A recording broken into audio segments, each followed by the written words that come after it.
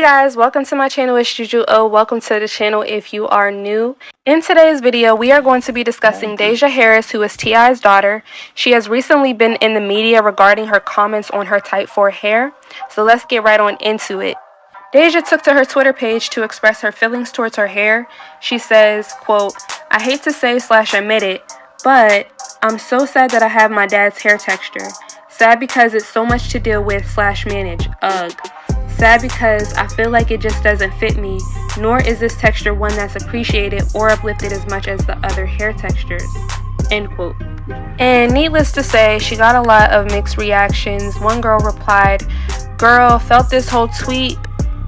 A lot of people who replied did give her positive reinforcement and solutions, like finding people who share her hair texture so that she can learn how to manage hers and embrace it. And then a lot of people, they just really resonated with what she said. They, just were like, "Oh yeah, I feel the same exact way." And just like using the experience in order to uplift her rather than demean her and make her feel worse about how she already feels about herself. So yeah, and a lot of people, they were just being vulnerable and honest as well. Like, hey, I feel the same exact way, but it is a work in progress. So Deyjah did go on to make another tweet after that one, and she said, "Anytime I see someone with type 4 hair, I always compliment them because I know how it feels to genuinely not like your hair / texture. I never want anyone to feel like that. It looks so bomb on other people, but me, yeah, no." Of course, there were others whose comments were not so pleasant, and there were people correlating her comments to colorism, I guess because she used the term "it doesn't fit her," and she immediately denied that. I wanted to have the conversation because it's a conversation that a lot of us shoot down when other people become vulnerable and share their own experiences. We kind of shoot them down because they don't resonate with us. One person replied, "So do you compliment them because you think they don't like it or because you actually like it?"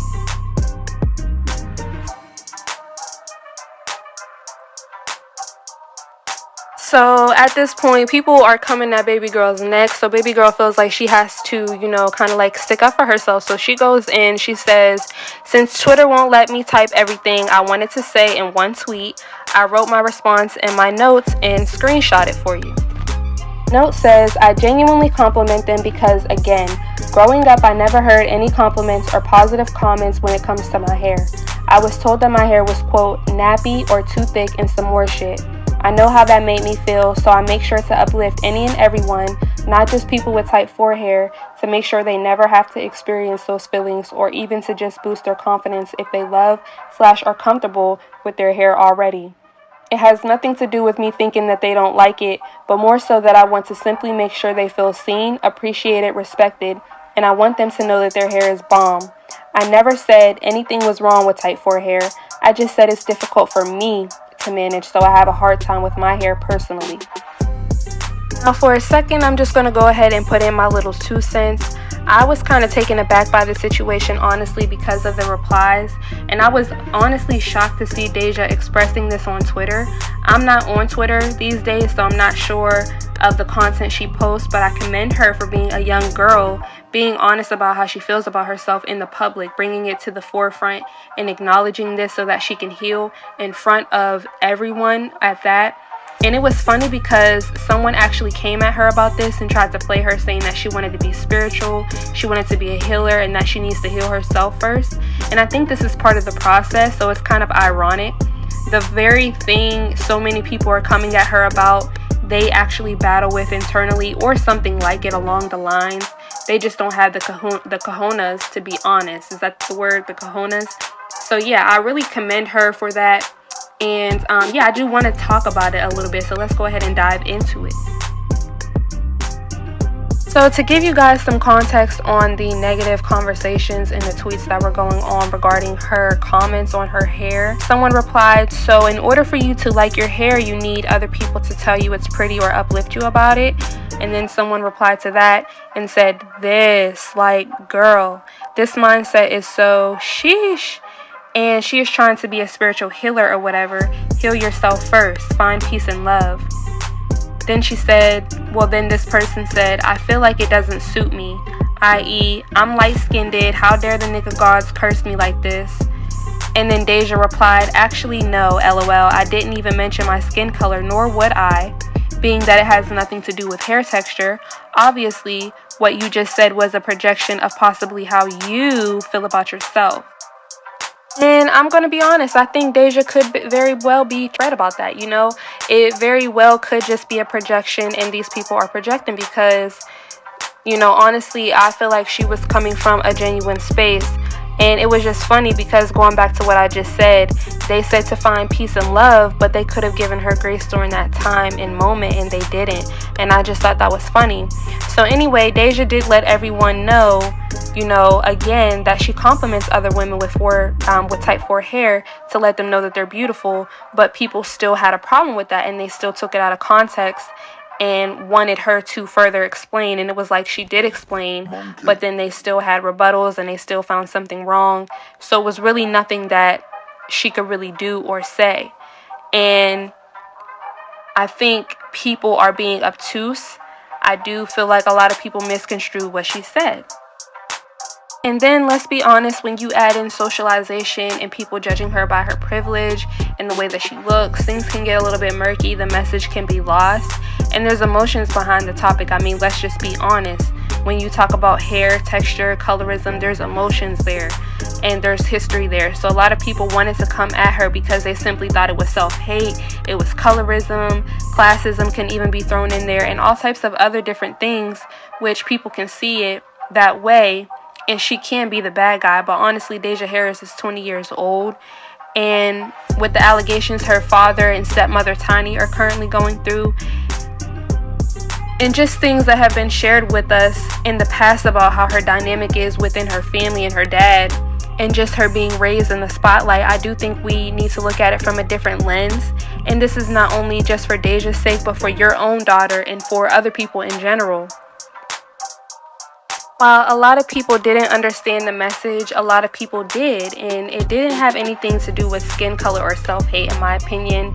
I just think Deyjah is growing mentally, emotionally, physically, spiritually, and she's living in a world that's not all the way there yet, and she's definitely been around people all her life that simply don't have, you know, the tools needed to give her to make her feel 100% empowered. But that's not their place completely anyway, right? Anyway, you know, we all are individuals. We're on our own individual journey. But, you know, when you're not around people that have the tools, it can definitely make your journey a lot harder to understand. And then, you know, with her being in the spotlight on top of that. But regardless, I appreciate the fact that a lot of people did give her positive feedback. And I have been there. Again, I say a lot of people are obtuse because people know there are and have been preferences when it comes to hair types. Even if you're not one to care about preferences, when you don't see yourself being represented in the world properly or at all, it can be damaging to a young girl's self-worth especially. And she is, you know, even though she's 20 years old, she is a young woman, right? And if she has not had that positive reinforcement growing up, then it definitely can be damaging to her now in this stage in her life.